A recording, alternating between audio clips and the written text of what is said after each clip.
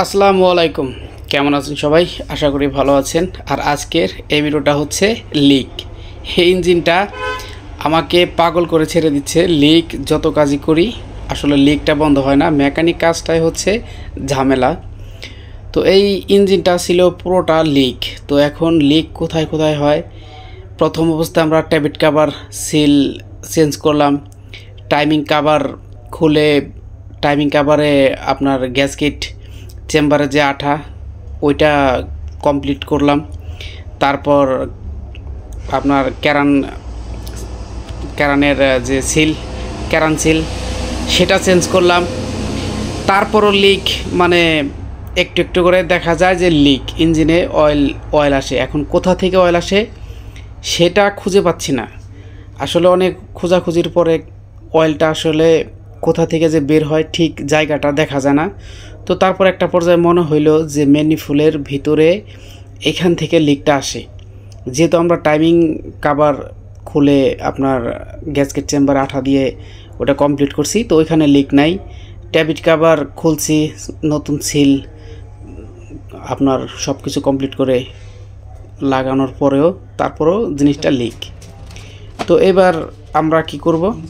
লিকটা খুঁজে না পাওয়ার কারণে এবার ম্যানিফোল্ডটা এইখান দিয়ে লিক আসে। তো যাই হোক, এইখান দিয়ে লিক আসে, তো তার মানে ম্যানিফোল্ড খুলতে হবে। তো ম্যানিফোল্ড এক পর্যায়ে খোলা শেষে তারপর যেটা পেলাম সেটা হচ্ছে, দেখুন, এই হচ্ছে হলো ইঞ্জিনের ব্লকের সাথে এক্সট্রা একটা প্লাস্টিকের আসলে চাপা লাগানো, যেটা আসলে কাজ হচ্ছে ইঞ্জিনের যে গ্যাস পাইপ, মানে গ্যাস বের হয়, এই যে সেন্সর দেখছেন, ওয়ালভ সেন্সর যাকে বলা হয়, এই ওয়ালভ সেন্সরটা এইখানে লাগানো থাকে। তো সর্বপ্রথম দেখুন এই যে এই লিকটা ছিল ট্যাবিট কাভারের, এই যে কালো অংশটা দেখতে পাচ্ছেন, এইখান দিয়ে হচ্ছে এই লিকটা ছিল অয়েলের। তো এটা আমরা ট্যাবিট কাভার সিল চেঞ্জ করার পরে তো মানে শেষ হয়ে যাওয়ার কথা, কিন্তু তারপরেও এই যে প্লাস্টিকের এই ওয়ালভ সেন্সর যেখানে লাগানো ব্লকের সাথে, এই জায়গাটা এখানে একটা সিল আছে, এই চারো সাইড দিয়ে এইখানটাও লিক। তো যার কারণে আমরা যখন ম্যানিফোল্ড লাগানো ছিল, তো আমরা যতই মানে চেষ্টা করছি ওইখানে আসলে সঠিকভাবে দেখি নাই। তো যাই হোক, ম্যানিফোল্ড খোলার পরে জিনিসটা পেলাম, পাওয়ার পরে এখন আমরা এটাকে খুলবো। খোলার আগে ক্লিন করে নিচ্ছি।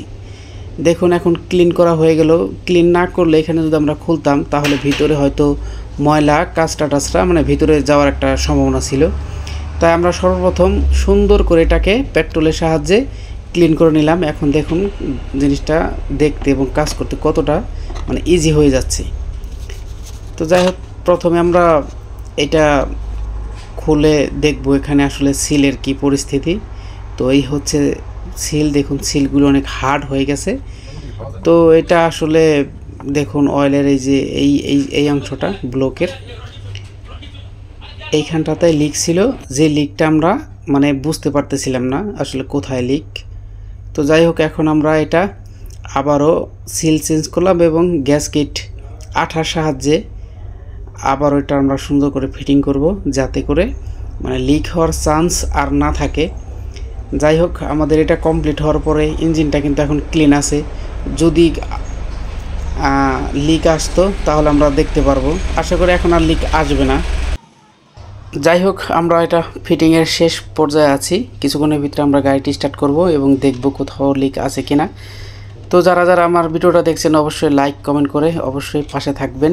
ইনশাআল্লাহ এমন ভিডিও আরও সামনে আমি দেওয়ার চেষ্টা করব।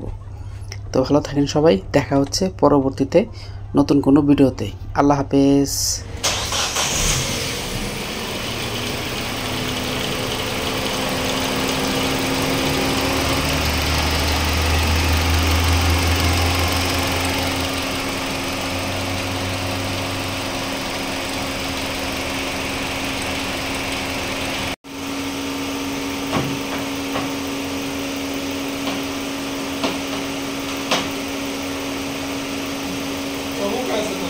हाँ,